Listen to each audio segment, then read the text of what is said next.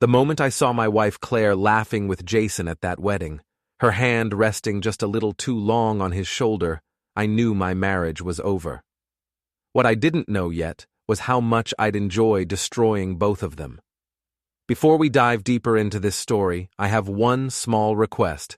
Please subscribe, drop a like, comment, and hit that hype button to boost this channel so more people can discover these incredible Reddit stories. Let me back up. My name is Tom Brennan. I'm 38 years old, CEO of a mid-sized law firm in upstate New York, and until 3 months ago, I thought I had a pretty good life. Nice house in a decent neighborhood, successful career, a wife who was, well, I thought she was happy. Shows what I know. The wedding was for Claire's colleague, some woman named Bethany who worked in her project management firm. One of those over-the-top affairs at a luxury venue with crystal chandeliers and a live band that probably cost more than my first car. Claire had been excited about it for weeks, which should have been my first clue. She'd bought a new dress, red, backless, the kind that made me remember why I'd married her in the first place. "You look incredible," I'd told her that morning as she adjusted her earrings in the mirror. "Thanks," she'd said, barely glancing at me. "Don't forget, we need to leave by 4. I promised Sophie and Amanda we'd get there early." Sophie and Amanda, her work friends, the ones who giggled like teenagers whenever I walked into a room, then went silent. I should have paid more attention to that. The venue was packed when we arrived. Claire immediately disappeared into a cluster of her colleagues, leaving me to navigate the crowd alone. I grabbed a beer from the bar and found my best friend Pete near the appetizer table. "Fancy," Pete said, gesturing at the ice sculpture of 2 swans. Pete was an ex-cop, built like a linebacker, with the kind of dry humor that made even funerals bearable. "How much you think this whole thing cost?" "More than our entire wedding," I said. Claire and I had gotten married at City Hall 8 years ago. Her choice. She'd said she wanted something simple and authentic. Now I wondered if she'd just been saving her enthusiasm for someone else's big day. "Where's Claire?" "Over there." I nodded toward the group of women near the dance floor. Claire stood in the center, animated, beautiful, completely in her element. And right next to her, leaning in close, was Jason Caldwell, 34, project manager at Claire's firm, with the kind of looks that made him think the world owed him something. Square jaw, expensive suit, hair that probably required more product than Claire's. I'd met him twice at company events. Both times he'd given me this smirk that said he knew something I didn't. Turns out, he did. "That's the guy?" Pete asked. "What guy?" "Come on, Tom. I'm a cop. Was a cop. I can spot that kind of body language from across a football field." I watched as Jason whispered something in Claire's ear. She threw her head back, laughing, her hand finding his arm. The way she touched him, casual, familiar, intimate, the way she used to touch me. "I'm being paranoid," I said. "Maybe," Pete said. "Or maybe you should start paying attention." The ceremony was fine. The bride cried, the groom stumbled over his vows, everyone clapped. I sat next to Claire, who spent the entire time texting. When I glanced at her phone, she angled it away. "Work?" I asked. "Just Sophie," she said, not looking up. The reception started with dinner, overpriced chicken and salmon that tasted like cardboard. Claire picked at her food, her eyes constantly scanning the room. When Jason walked past our table, she lit up like someone had plugged her in. "I'm going to say hi to some people," she said, standing before I could respond. I watched her weave through the tables, watched Jason's face when he saw her coming, watched them disappear together toward the bar. Pete was talking to someone about fishing, and I nodded along, not hearing a word. After dinner, the dancing started. Claire loved to dance. It was one of the things that had attracted me to her, the way she moved, unself-conscious and free. We danced at our wedding, in our kitchen on lazy Sunday mornings, at concerts and clubs, and anywhere music played. But tonight, she didn't ask me to dance. I watched from our table as she and Jason took the floor together. The song was something slow and jazzy, and they moved like they'd practiced, his hand on her waist, her head tilted toward his, the space between them growing smaller with each beat. "You gonna do something about that?" Pete asked. "Like what?" "I don't know. Cut in? Punch him? Something other than sitting here drinking yourself stupid." He was right. I'd finished 3 beers and was working on a 4th, but the alcohol wasn't helping.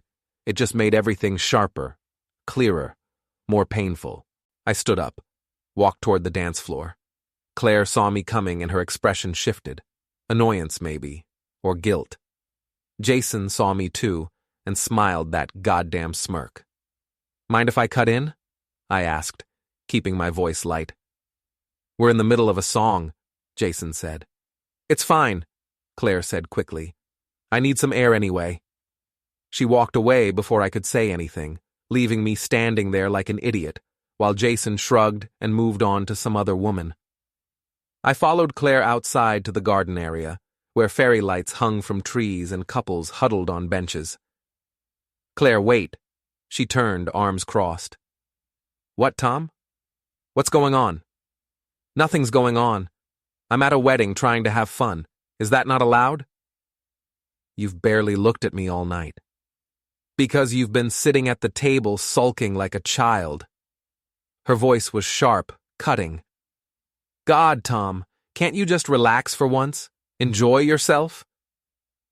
"I'd enjoy myself more if my wife would dance with me instead of her coworker." "Jason's a friend. Friends don't look at each other like that." She laughed, actually laughed. "You're being ridiculous and paranoid. Maybe if you paid this much attention to me at home, we wouldn't have these problems." "What problems?" "Claire, talk to me." "I can't do this right now." She turned away. "I'm going back inside." I stood there in the garden, hands in my pockets, feeling like the ground had shifted beneath me. A group of people stumbled past, drunk and laughing. One of them, a woman I vaguely recognized from Claire's office, stopped. "Hey, you're Claire's husband, right?" "Yeah. She's so fun. We love her." The woman swayed slightly. "Are you guys happy?" "What? Married? Are you happy?" I opened my mouth, but she'd already moved on, giggling with her friends. I walked back toward the venue, but stopped when I heard voices around the corner. Claire's voice and Jason's. "Just need to be more careful," Jason was saying. I know. But Tom's clueless. He still thinks I'm working late." Claire's laugh was bitter. "He doesn't even notice when I come home at midnight." "What if he finds out?" "He won't.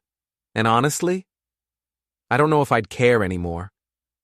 I pressed myself against the wall, heart hammering. Every word was a knife. "You should just leave him," Jason said. "It's complicated. The house, the money, everything's tied up together. I need to figure out the logistics first." "So I'm what? A placeholder until you get your finances sorted?" "Don't be like that. You know what you are to me." I heard movement, rustling. When I finally looked around the corner, they were kissing. Not some friendly peck. A real kiss, the kind that told a story I didn't want to read. I walked away before they could see me, found Pete near the bar. "We're leaving," I said. "What happened?" "I'll tell you in the car." I didn't wait for Claire. I walked out of that wedding, got in my car, and drove home alone. My phone buzzed with texts, first angry, then confused, then worried. I ignored them all. When I got home, I sat in the dark living room and thought about my marriage. 8 years. I'd thought we were building something. Turns out, I'd been building alone while Claire looked for someone more interesting to dance with. She came home around 2 in the morning. I heard her heels on the hardwood, heard her pause in the doorway when she saw me sitting there. "Tom, why did you leave?" I looked at her, really looked at her. The woman I'd loved, the woman I'd trusted, the woman who'd just spent the evening in another man's arms. "I heard you," I said, "in the garden, with Jason." Her face went pale, then red, then something harder settled over her features. So you were spying on me? I was looking for my wife. And you found her, talking to a friend. You were kissing him, Claire, and talking about how clueless I am. How you're planning to leave me once you figure out the logistics. She didn't deny it. That's what hurt most. She just stood there, defiant, like I was the one who'd done something wrong. I didn't want you to find out this way, she finally said. How long? Does it matter? Yes. She sighed. 6 months. 6 months. Half a year of lies. Half a year of working late and girls' night out. And me, stupid, trusting me, believing every word. I want a divorce, I said. Fine. She kicked off her heels. My lawyer will contact yours. She walked upstairs like we'd just discussed what to have for dinner. I sat there until sunrise, making a decision. Claire wanted a divorce? She'd get one. But not before I made sure she understood exactly what it felt like to lose everything. I'd spent my entire career as a lawyer. I knew how to build a case, how to gather evidence, how to destroy someone in court. And I knew how to do it all legally, carefully, methodically. Claire thought I was boring, clueless, predictable. She had no idea what I was capable of. I didn't sleep that night. Instead, I sat at my desk and made a list.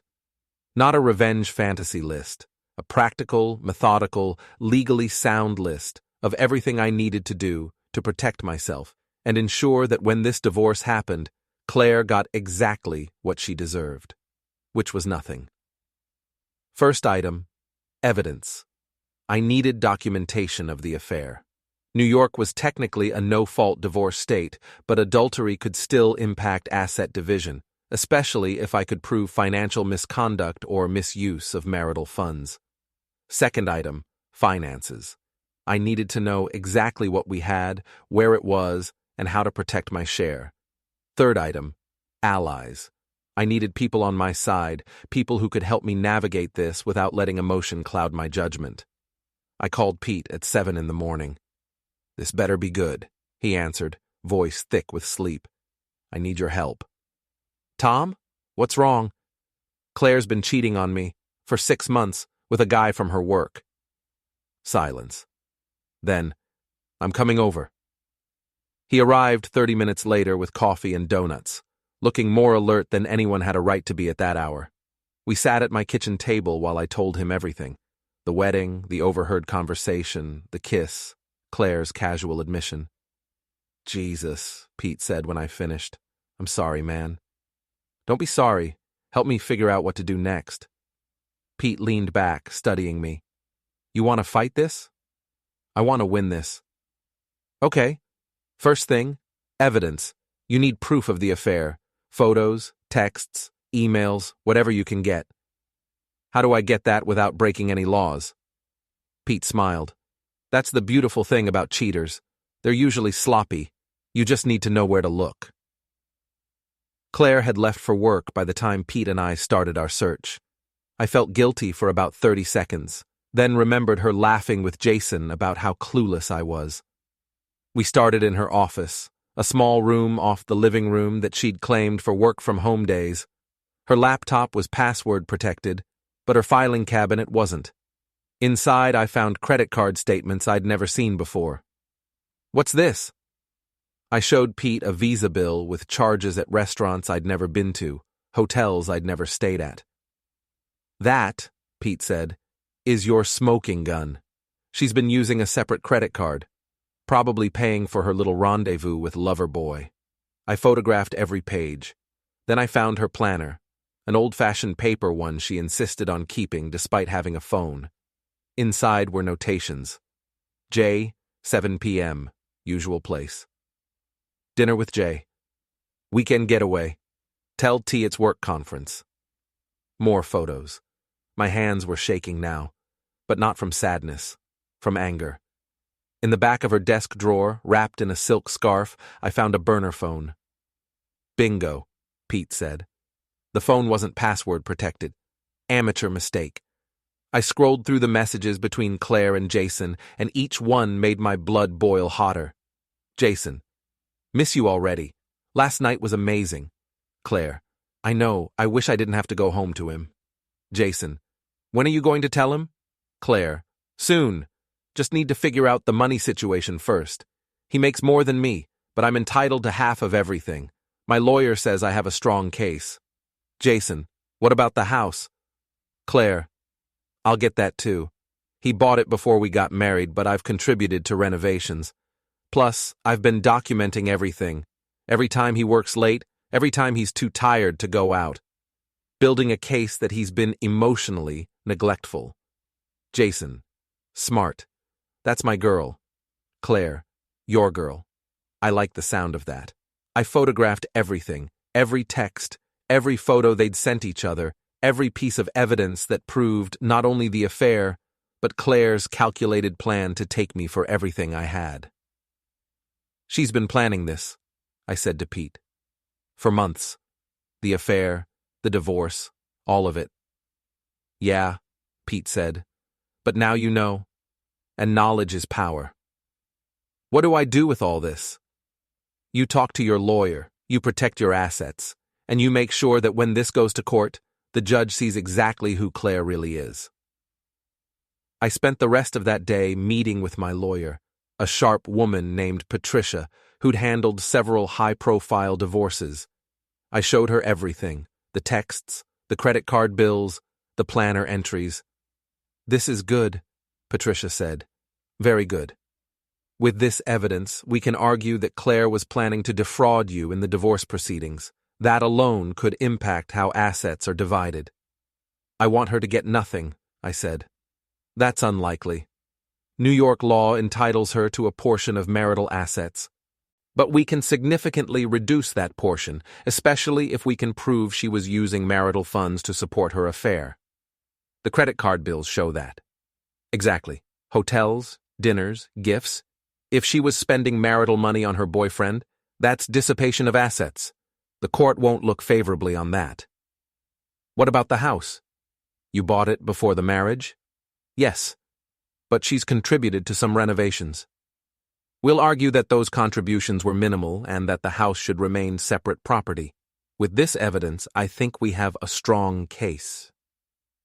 I left Patricia's office feeling better than I had in days. I had a plan, I had evidence, I had a strategy. But I wanted more than just a favorable divorce settlement. I wanted Claire to feel what I'd felt, the humiliation, the betrayal, the gut-wrenching realization that the person you trusted most had been lying to your face. I wanted revenge. That evening, Claire came home from work around 8. She'd been doing that a lot lately, coming home late, claiming she had meetings or deadlines.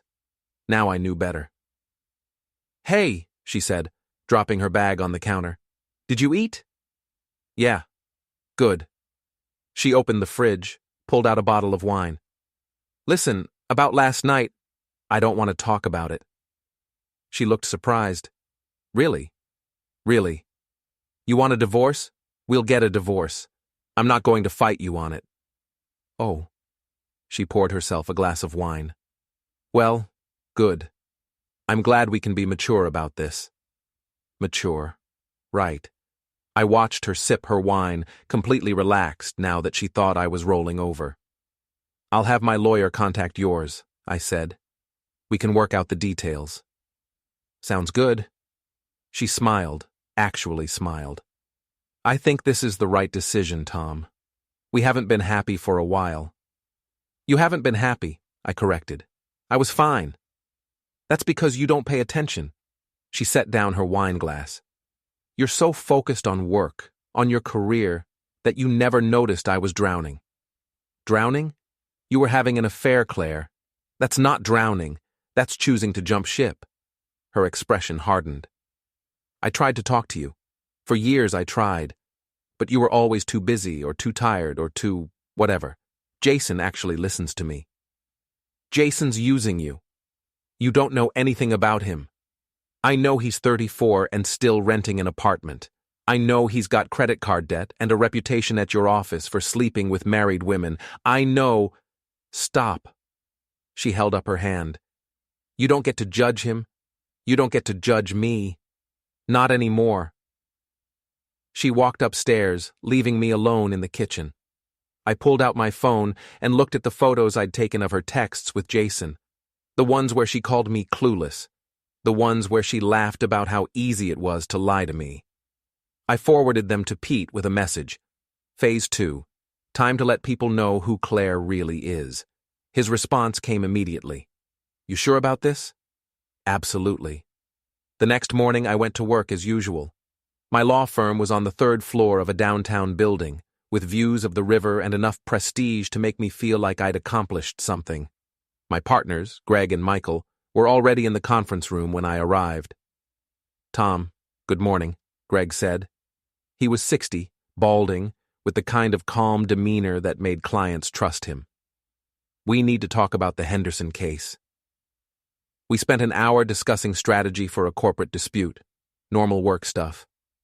But my mind kept drifting to Claire, to Jason, to the plan forming in my head. After the meeting, I pulled Greg aside. Can I ask you something personal? Of course.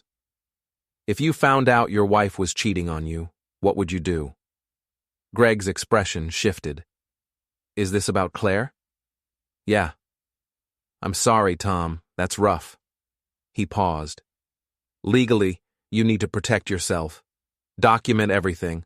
Secure your assets. Hire a good lawyer. I've done all that. Good. What else are you thinking? I want her to understand what she's done. Not just to me, but to our marriage, our life together. I want consequences. Greg studied me for a long moment. Be careful, Tom. Revenge is a dangerous game. I'm not talking about revenge. I'm talking about truth. About making sure people know who she really is. And how do you plan to do that? I smiled. I'm still figuring that out. That afternoon, I drove to Claire's office. It was a modern building downtown, all glass and steel. I'd been there before for company parties, knew the layout, knew where her desk was. I didn't go inside. Instead, I parked across the street and watched. At 5:30, Claire emerged with Jason. They stood on the sidewalk, talking, laughing. Then Jason's hand slipped around her waist, and they walked together toward the parking garage. I followed them, kept my distance, stayed a few cars back. They drove to a hotel on the outskirts of town. A nice place, not too fancy, the kind where no one asks questions. I parked and waited. 30 minutes later, I walked into the lobby. Can I help you? The desk clerk asked. Yeah, I'm meeting my wife. She checked in about half an hour ago. Room number? The clerk looked uncomfortable. I'm sorry, sir. I can't give out that information. It's fine. I'll just call her. I pulled out my phone, pretended to dial, walked toward the elevator like I knew where I was going. I didn't know the room number, but I didn't need to. I just needed to be in the building, to have proof they were there together. I took photos of Jason's car in the parking lot, photos of the hotel entrance, photos of the timestamp on my phone showing the date and time. Then I left. Back in my car, I looked at the photos. Cold, hard evidence. Exactly what I needed. I drove to Jason's apartment next, a mediocre complex on the east side of town. His BMW was parked in his assigned spot, still there from this morning. I walked over, looked around to make sure no one was watching, and pulled out my keys. One long scratch down the driver's side. Not deep enough to cause real damage, just enough to be expensive and annoying. Then I tucked a note under his windshield wiper. From the boring husband. Next time, it won't just be your car. Childish?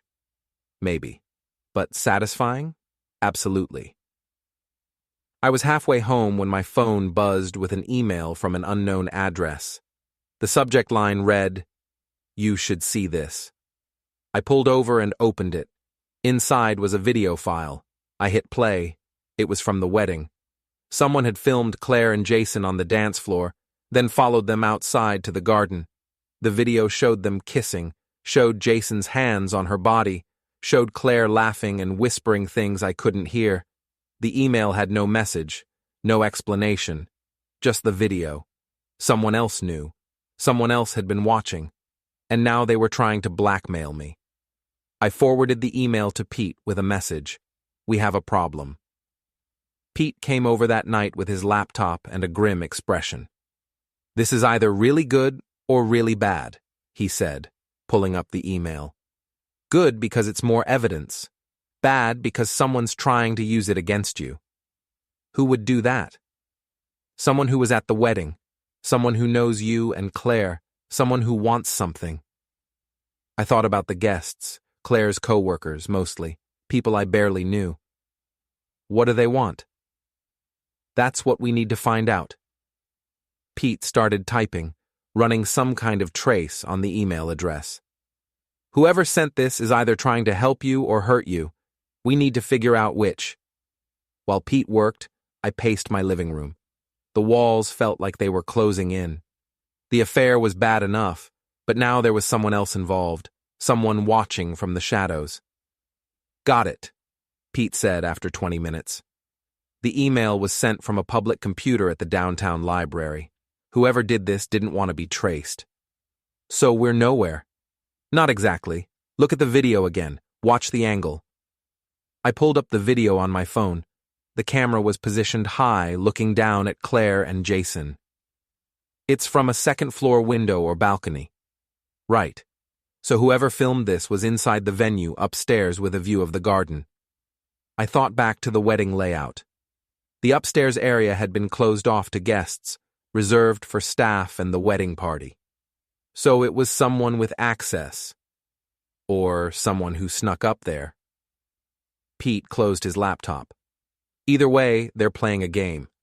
They want you to know they have this footage, but they haven't made any demands yet. Maybe they're just trying to help. Maybe. Or maybe they're waiting to see what you do next. I didn't sleep again that night. Instead, I went through every interaction I'd had at the wedding, every conversation, every face in the crowd. Someone there had filmed Claire and Jason. Someone there knew about the affair. Someone there was now watching to see what I'd do. The next morning, I got my answer. Another email, same unknown address. I know what she did. I know what he did. And I know what you're planning. We should talk. This time, there was a phone number. I showed it to Pete. Don't call from your phone, he said. Use a burner. Don't give them anything they can use against you. I bought a prepaid phone from a convenience store and called the number from my car. It rang 3 times before someone answered. Hello, Tom. A woman's voice, familiar but distorted, like she was speaking through a filter. Who is this? Someone who wants to help you. By blackmailing me? I'm not blackmailing you. I'm offering you information. What kind of information? The kind that will destroy Claire and Jason. Completely. Permanently. A pause. But I need something from you first. What? Meet me. Tomorrow night.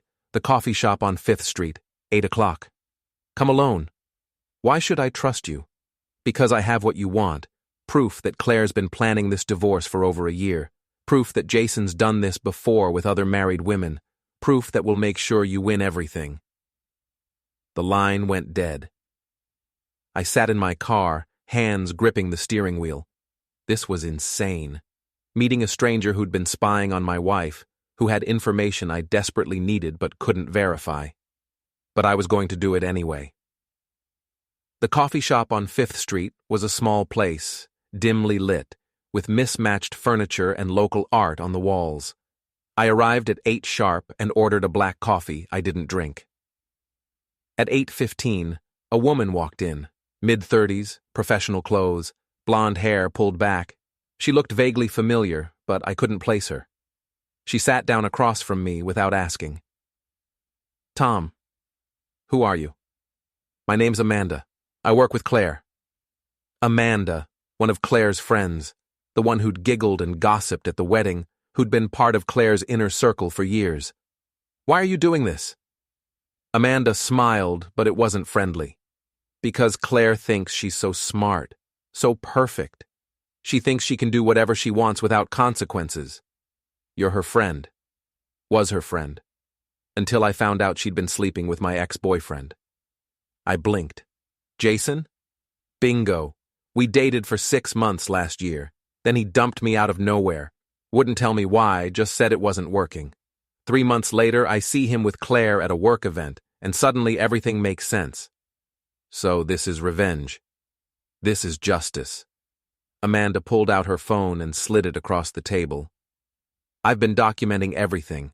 Every time they meet, every lie Claire tells, every expense she charges to the company card that's actually for personal use. I looked at the phone. There were photos, emails, text message screenshots. Months of evidence. Why give this to me? Because you can actually do something with it. You're a lawyer. You know how to use this in court, and because Claire deserves to lose everything she's taken for granted. I studied Amanda. She was angry, genuinely, deeply angry. But she was also calculated, smart, willing to betray her friend for the sake of revenge, just like me. What do you want in return? I want you to make sure everyone knows what she did. I want her reputation destroyed. I want Jason's reputation destroyed. I want them to understand that actions have consequences. I can do that. Amanda smiled. Good. Then we have a deal. She stood to leave, then paused. One more thing. Claire's planning something. I don't know what, but she's been meeting with a lawyer who specializes in fraud cases. Be careful, Tom. She's more dangerous than you think. After Amanda left, I sat in the coffee shop for another hour, going through the information on her phone. She'd been thorough, obsessively so. Every hotel visit, every lunch date, every text message between Claire and Jason. She'd even recorded some of their conversations, including one where Claire explicitly discussed how she planned to maximize her settlement by hiding assets and claiming emotional distress. This was more than evidence. This was ammunition. I forwarded everything to Patricia, my lawyer, with a note. We need to talk. Tomorrow morning. Emergency. Then I drove to my sister Erin's cafe. She ran a small place downtown, the kind of neighborhood spot where everyone knew your name and your coffee order.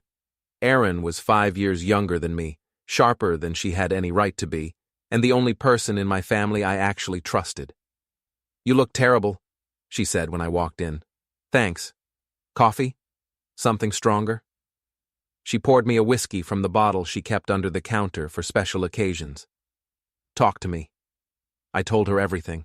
The affair, the divorce, Amanda's information, the plan forming in my head. Erin listened without interrupting, her expression growing darker with each detail. Claire's a piece of work, she finally said. I never liked her, you know. You never said anything. Because you loved her. Or thought you did. She sipped her own whiskey. What are you going to do? I'm going to destroy her. Legally? Mostly. Erin smiled. Good. What do you need from me? Information. You know everyone in this town. I need you to spread the word about Claire and Jason. Casually, like gossip. Make sure it gets back to their bosses, their friends, their families. You want me to ruin her reputation? I want people to know the truth. Consider it done. Erin raised her glass. To revenge. To justice, I corrected.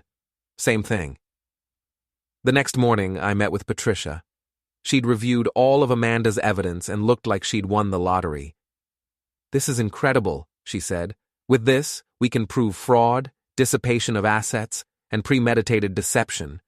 Claire won't just lose the divorce, she'll be lucky if she doesn't face criminal charges. What about Jason? He's not party to the divorce. But if we can prove he was complicit in helping Claire hide assets or defraud you, we might be able to go after him civilly. I want to go after him. Then we will. Patricia leaned back in her chair. But Tom, I need to ask, are you sure about this? Once we start down this path, there's no going back. This will get ugly. It's already ugly. Fair enough. That afternoon, I got a call from Greg at the firm. Tom, we have a situation. Claire's lawyer contacted us. She's filing for divorce and requesting an emergency hearing for temporary support and exclusive use of the marital home. She's what? She's claiming you've been emotionally abusive and that she fears for her safety. She wants you out of the house immediately. I laughed. Actually laughed. That's insane. I know, but we need to respond. Can you come in? I drove to the office, my mind racing. Claire was escalating. She was trying to paint me as the villain, trying to get ahead of the narrative before I could expose her. But she'd made a mistake. She'd underestimated me. Greg and I spent 2 hours drafting a response. We included photos of the texts between Claire and Jason, evidence of her affair, proof that she'd been planning the divorce for months. We argued that her claims of abuse were false and defamatory, designed to manipulate the court system. This is strong, Greg said, but be prepared. When this hits, it's going to explode. Good. That evening, I went to my firm's annual charity gala. It was a black tie event at a downtown hotel, the kind of thing I usually dreaded. But tonight I had a purpose. Claire would be there. She always attended firm events, loved the attention and the networking, and Jason would probably be there too, lurking in the background. I arrived early and positioned myself near the bar. The room filled quickly. Lawyers, judges, business owners, all the people who mattered in our small legal community. Claire walked in at 7:30, wearing a blue dress that probably cost more than my car payment. She looked confident, radiant, completely unaware of what was coming. Jason was with her. Not obviously. They kept a careful distance. But I could see the way they looked at each other, the way they gravitated together. I waited until the speeches started. The firm's senior partner gave a boring talk about justice and community. Then it was time for the raffle, a tradition where we gave away donated prizes to raise money for charity. I donated something special this year. And our final prize, the MC announced, is a weekend getaway package donated by Tom Brennan. Tom, would you like to come up and say a few words? I walked to the stage, microphone in hand. The room was full, easily 200 people. Thanks, everyone. I'm happy to donate this prize, but I actually want to use this moment to share something personal.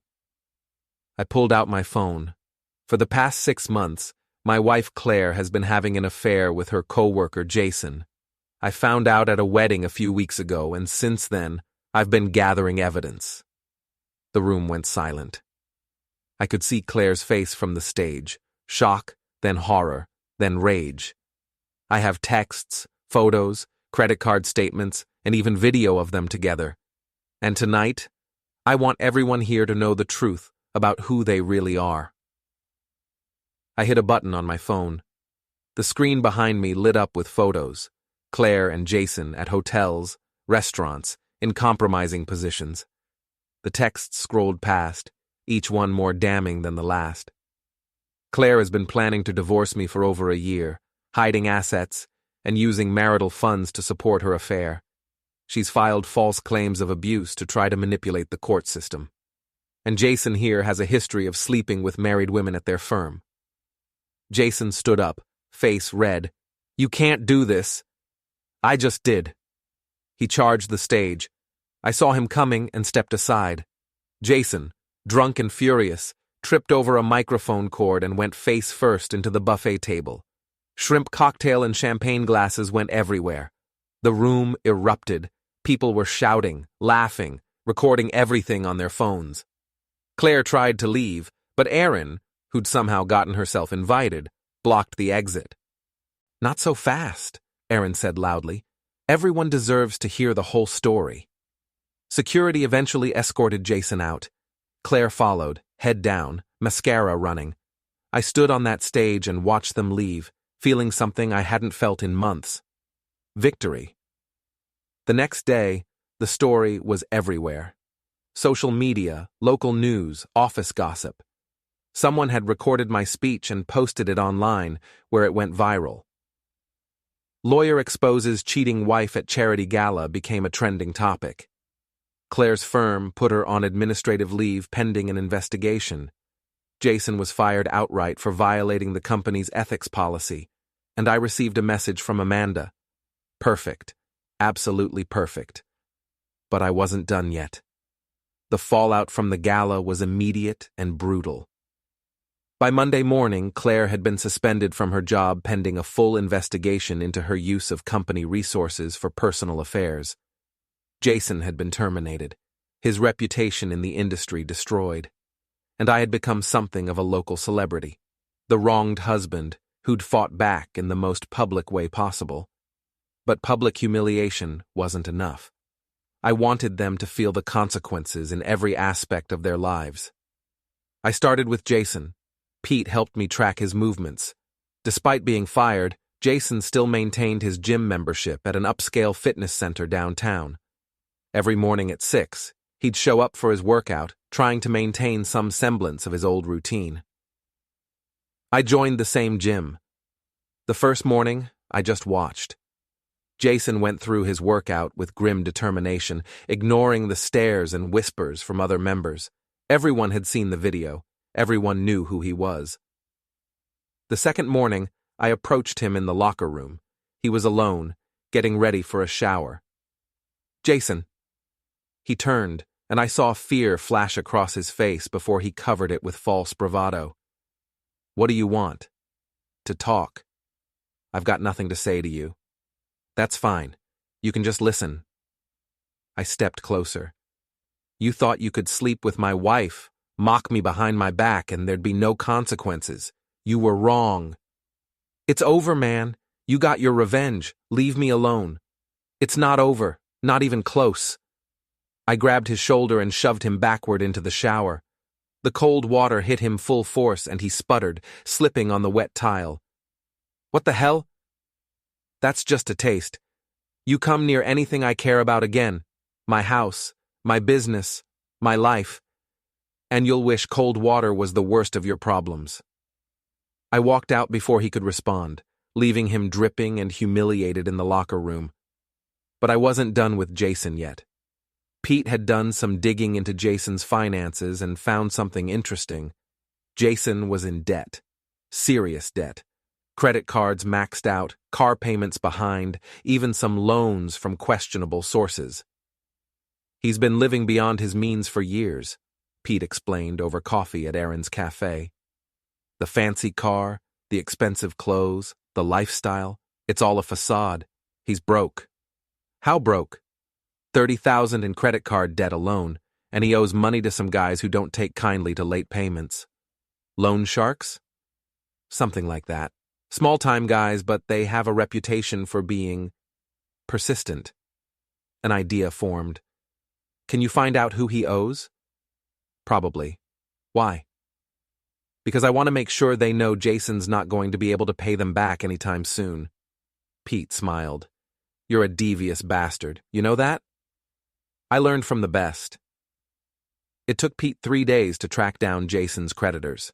There were 2 main ones, a guy named Danny who ran a lending business out of a pawn shop, and another named Rick who operated out of a bar on the east side. I visited Danny first.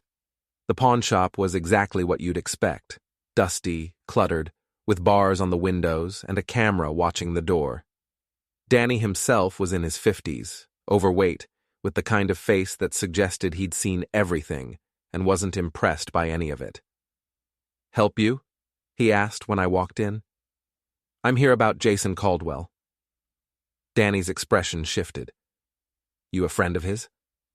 "Not exactly. I'm the guy whose wife he was sleeping with."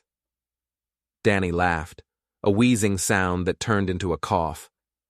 "Oh yeah, I heard about that. Saw the video. Brutal. Jason owes you money, right? What's it to you?" "I want to make sure you know he's not going to be able to pay you back. He just lost his job, his reputation's destroyed, and he's got nothing coming in."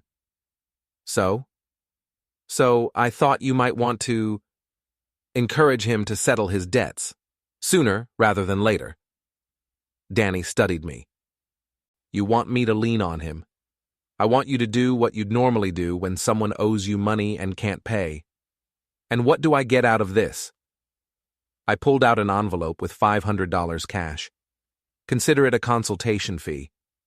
Danny took the money, counted it, and nodded. I'll make some calls. I visited Rick next.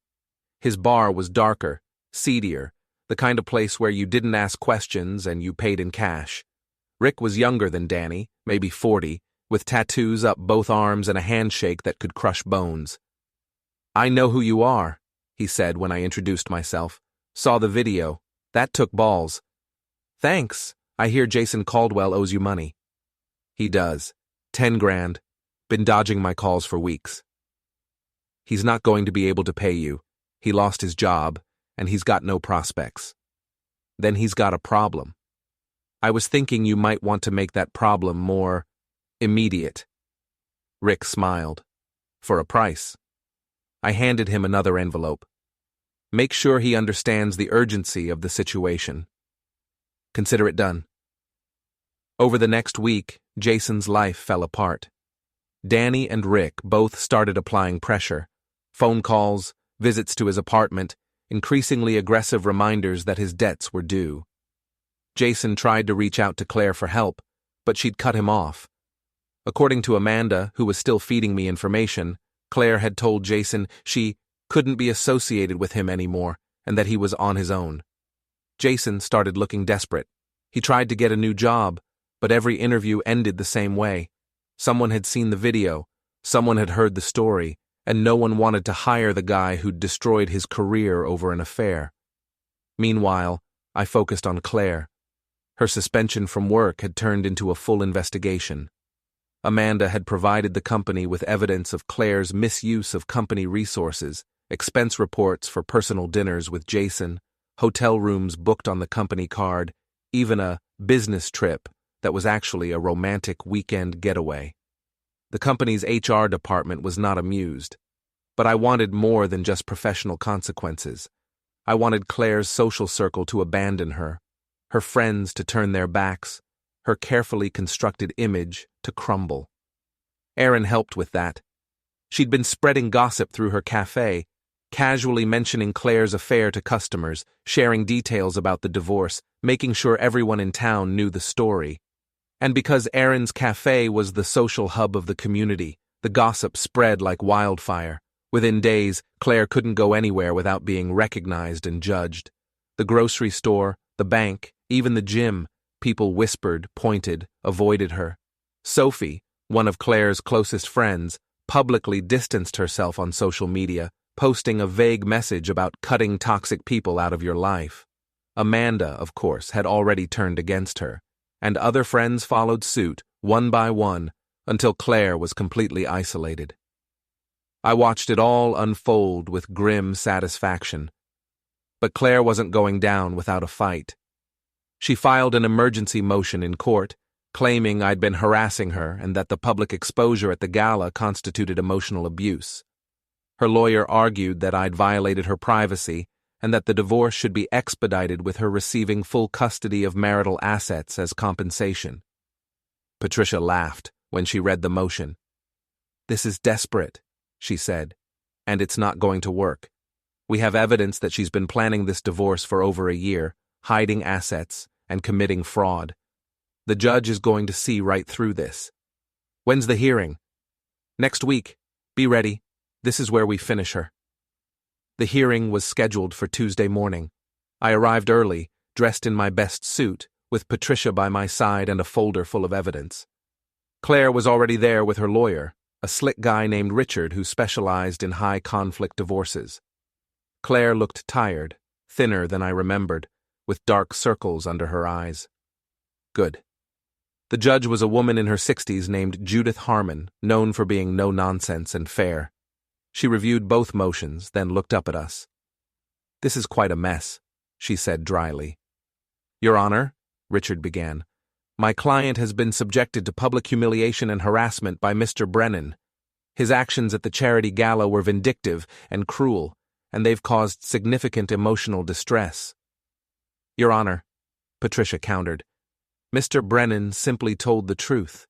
Mrs. Brennan had been conducting an affair for 6 months, using marital funds to support that affair, and planning a fraudulent divorce.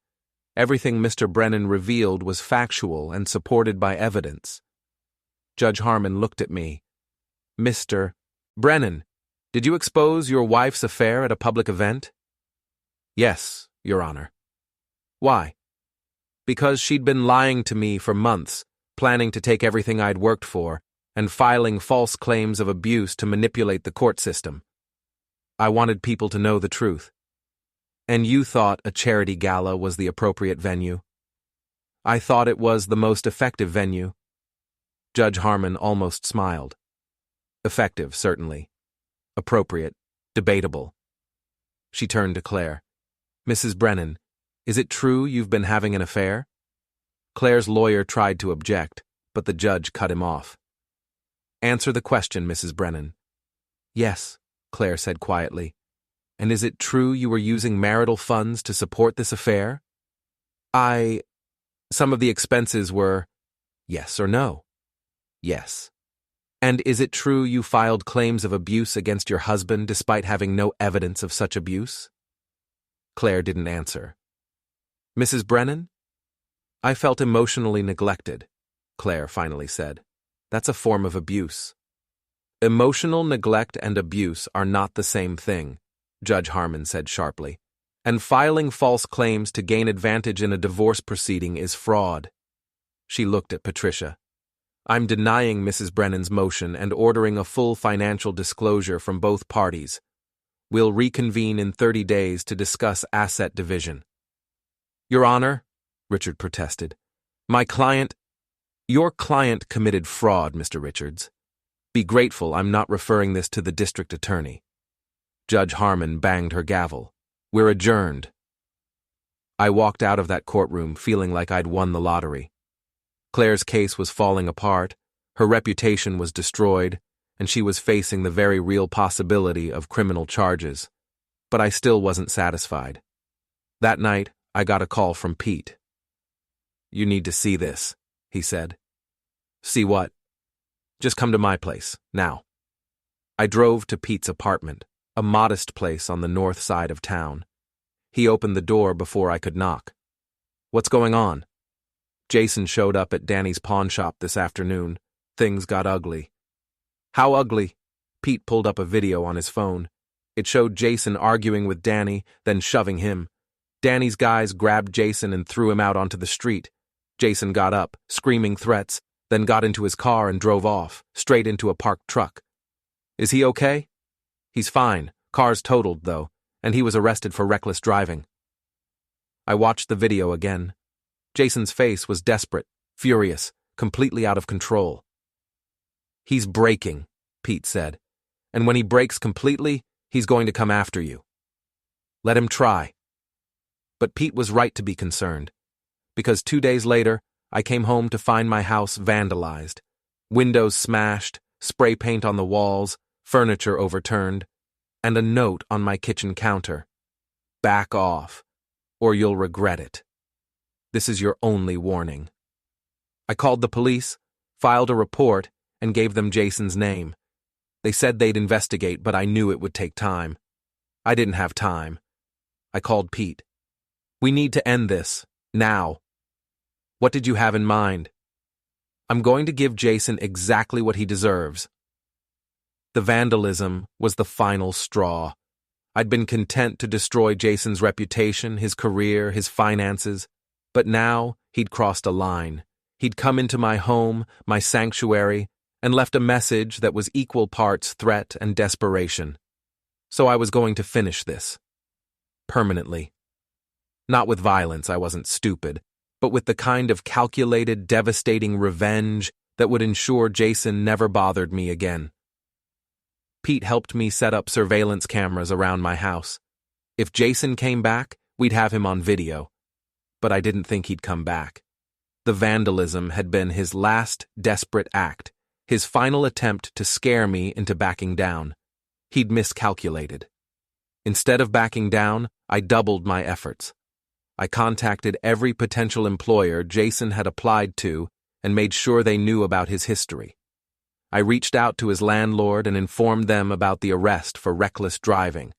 I even contacted his family, his parents in Ohio, and sent them copies of the evidence showing what their son had done. It was ruthless, it was thorough, and it was completely legal. Within a week, Jason had been evicted from his apartment. His car had been repossessed, and his parents had cut him off financially, disgusted by his behavior. According to Amanda, who was still monitoring the situation, Jason was living in a cheap motel on the outskirts of town, working odd jobs to survive. "He's a mess," Amanda told me over coffee. "Completely broken. Claire won't even return his calls." "Good. You really hate him, don't you?" "I hate what he represents. The entitlement, the arrogance, the belief that he could take whatever he wanted without consequences. And now he's learning about consequences. Now he's learning." But Jason wasn't done yet, because 2 weeks later, he showed up at my office. I was in a meeting with Greg and Michael when my assistant buzzed in. "Mr. Brennan, there's a Jason Caldwell here to see you. He doesn't have an appointment, but he says it's urgent." Greg and Michael exchanged glances. "Should I call security?" my assistant asked. "No," I said. "Send him in." "Tom, that's not a good idea," Greg said. "It's fine. I want to hear what he has to say." Jason walked in, looking like he hadn't slept in days. His clothes were wrinkled, his hair uncombed, his eyes bloodshot. He looked at Greg and Michael. "Get out," he said. "Excuse me?" Greg stood up, all 6 feet of him. "I need to talk to Tom, alone." "It's okay," I said to Greg. "Give us a minute." Greg and Michael left reluctantly, closing the door behind them. Jason and I stood there, facing each other across my desk. "You've destroyed my life," Jason said. "No, you destroyed your own life. I just made sure everyone knew about it." "I lost everything. My job, my apartment, my family. You should have thought about that before you slept with my wife." Claire came on to me. "I don't care." I sat down, leaning back in my chair. "You made a choice. You knew she was married. You knew what you were doing. And now you're facing the consequences. I came here to ask you to stop." "Stop what?" "Calling my employers, talking to my landlord, contacting my family. Just stop." "Why would I do that?" "Because I'm begging you." Jason's voice cracked. "I have nothing left. You won, okay? You won. Just let me move on with my life." I studied him. The arrogance was gone, replaced by desperation and defeat. Part of me felt satisfied, but another part, a smaller, quieter part, felt something close to pity. "Here's what's going to happen," I said. "You're going to leave town. Not just this city, but this state. You're going to start over somewhere else, somewhere no one knows you, and you're never going to contact Claire again. You're never going to contact me again. You're going to disappear. And if I do that, then I'll stop. I'll leave you alone. But if you stay here, if you try to rebuild your life in this town, I will make sure you never succeed. Do you understand?" Jason nodded slowly. "Yeah, I understand." "Good. Now get out of my office." He left without another word. I watched him go, feeling a strange mixture of victory and emptiness. Pete called me that night. "I heard Jason came to see you." "He did. What happened?" "I gave him a choice. Leave town or I keep destroying him." "You think he'll actually leave?" "I think he doesn't have any other options." And I was right. 3 days later, Amanda confirmed that Jason had packed up what little he had left and left town. No one knew where he'd gone, and no one cared. One problem solved. But Claire was still out there, still fighting, still trying to salvage something from the wreckage of her life.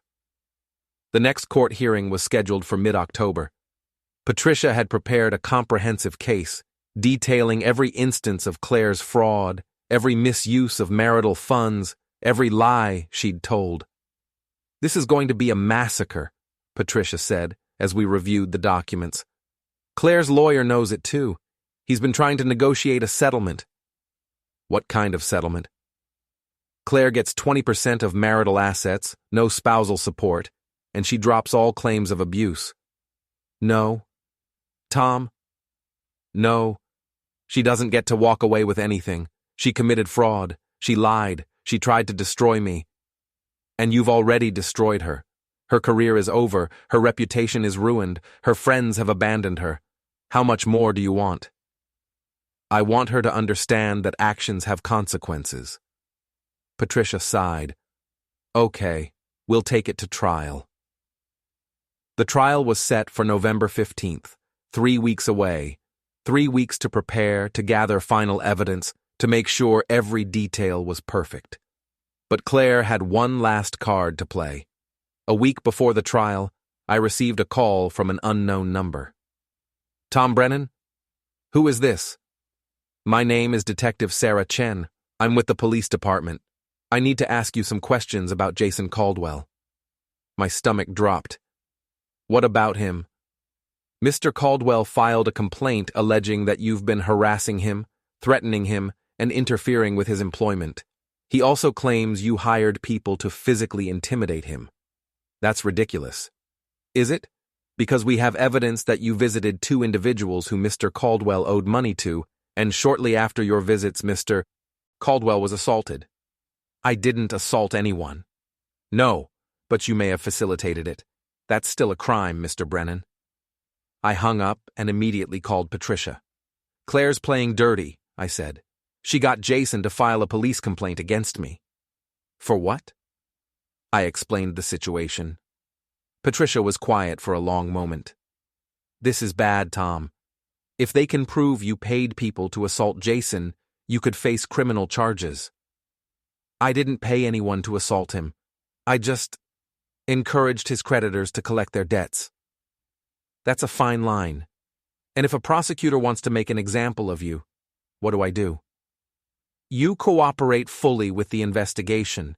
You provide evidence that you didn't do anything illegal, and you hope that Jason's credibility is so shot that no one believes him.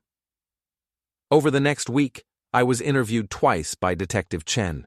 I provided bank records showing that the money I'd given to Danny and Rick was for consultation, not for assault. I provided text messages showing that I'd never explicitly asked them to hurt Jason, and I provided character witnesses, Pete, Aaron, colleagues from my firm, who testified that I wasn't the type of person to resort to violence. It was stressful, humiliating, and infuriating.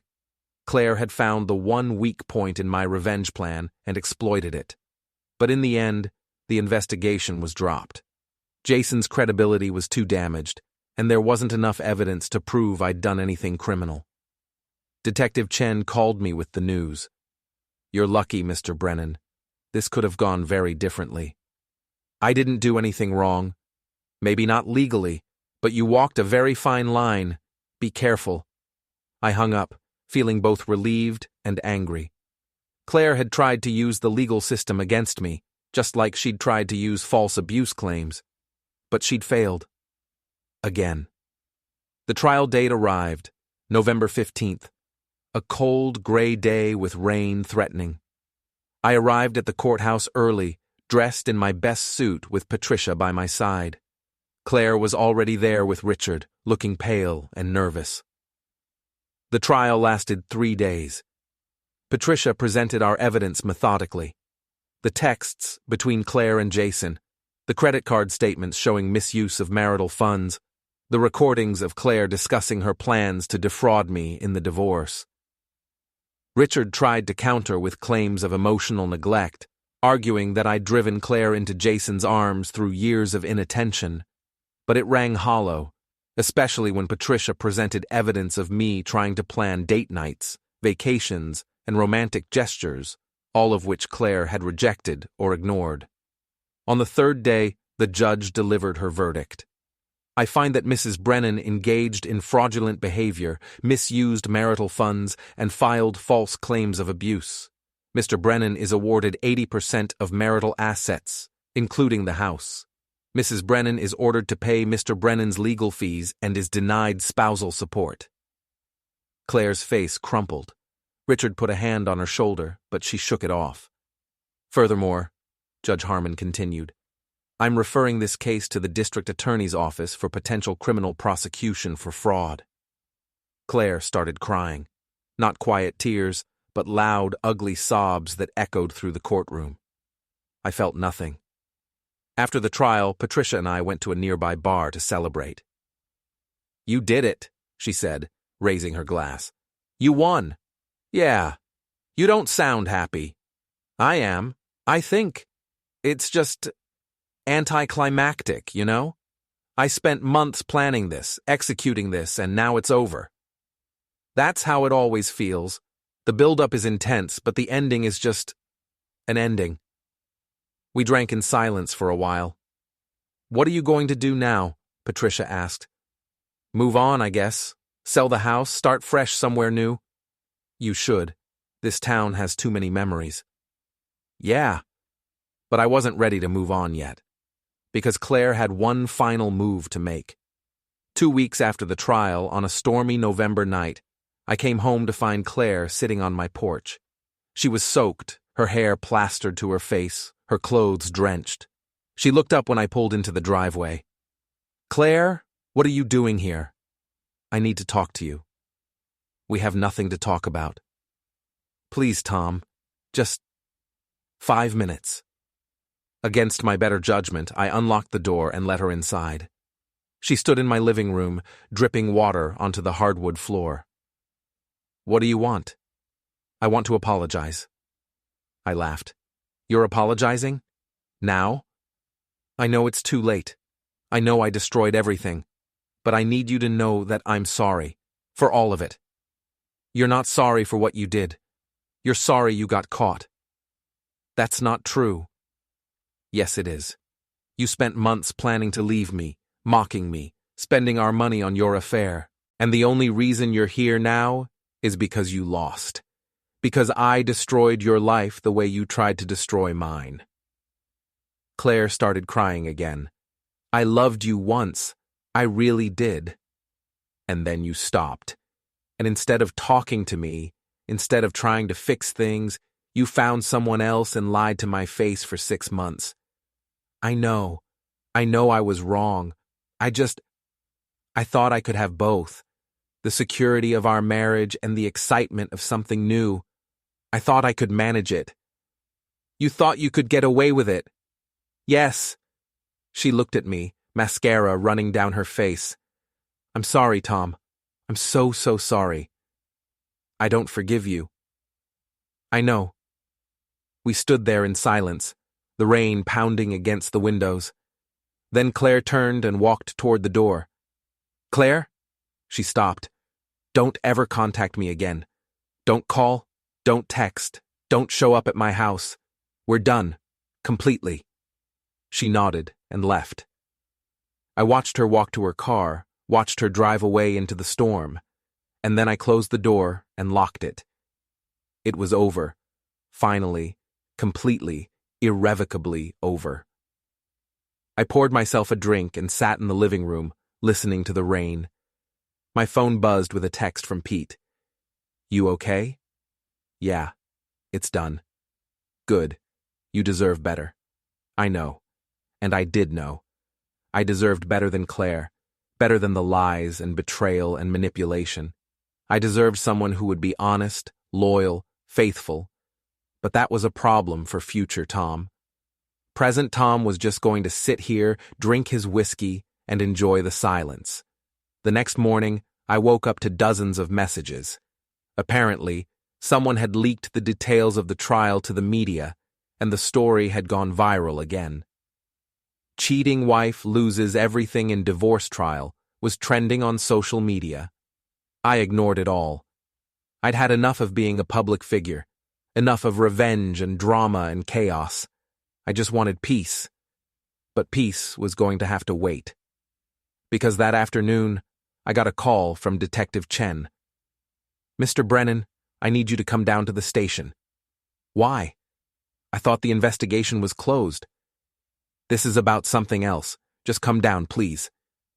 I drove to the police station, my mind racing. What now? What had Claire done? Detective Chen met me in the lobby. "Thanks for coming. Follow me." She led me to an interview room.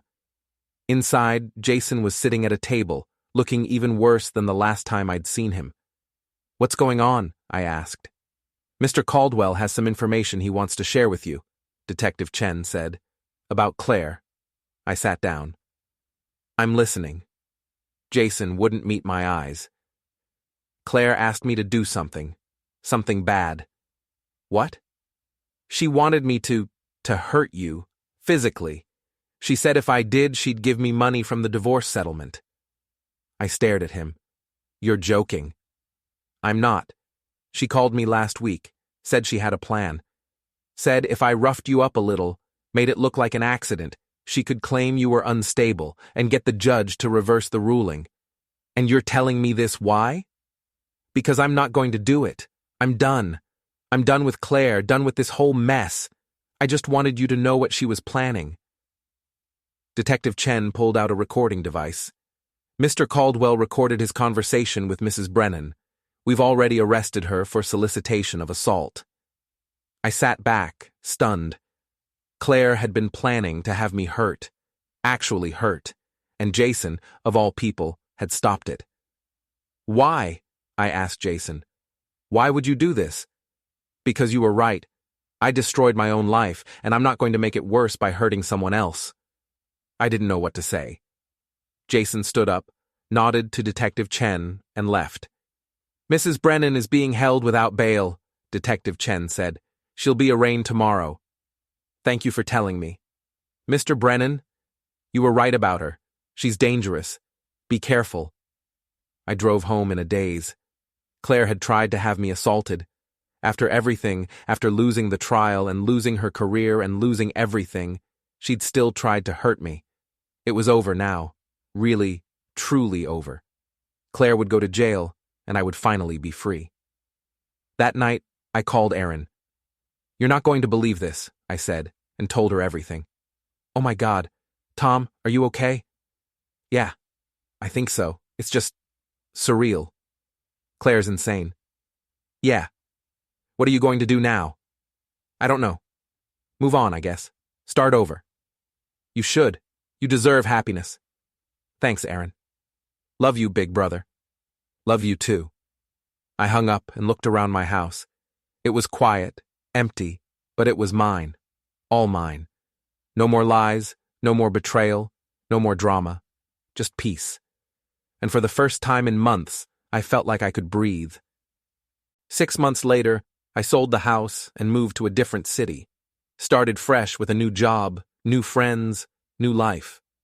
I heard through Erin that Claire had been sentenced to 2 years in prison for fraud and solicitation of assault. Jason had left the state and never came back. I didn't think about them anymore. They were part of my past, a chapter I'd closed and locked away. I was dating someone new, a woman named Emily, who was kind, honest, and had never heard of the viral video or the trial or any of it. She knew I'd been divorced, but she didn't know the details, and I liked it that way. One evening, we were having dinner at a nice restaurant when my phone buzzed. A message from Amanda. Thought you'd want to know. Claire got out early for good behavior. She's back in town. I read the message, then deleted it. Emily looked at me. Everything okay? Yeah, everything's fine. And it was. Because Claire couldn't hurt me anymore. None of them could. I'd won. I'd destroyed them, rebuilt myself, and moved on. I raised my glass to Emily. To new beginnings. To new beginnings, she echoed. We clinked glasses and drank, and I smiled. Boring, huh? Guess I finally got interesting. The end. Final character count. 67,147 characters, including spaces. Stvorno. 2025-10-01, 12/01/49.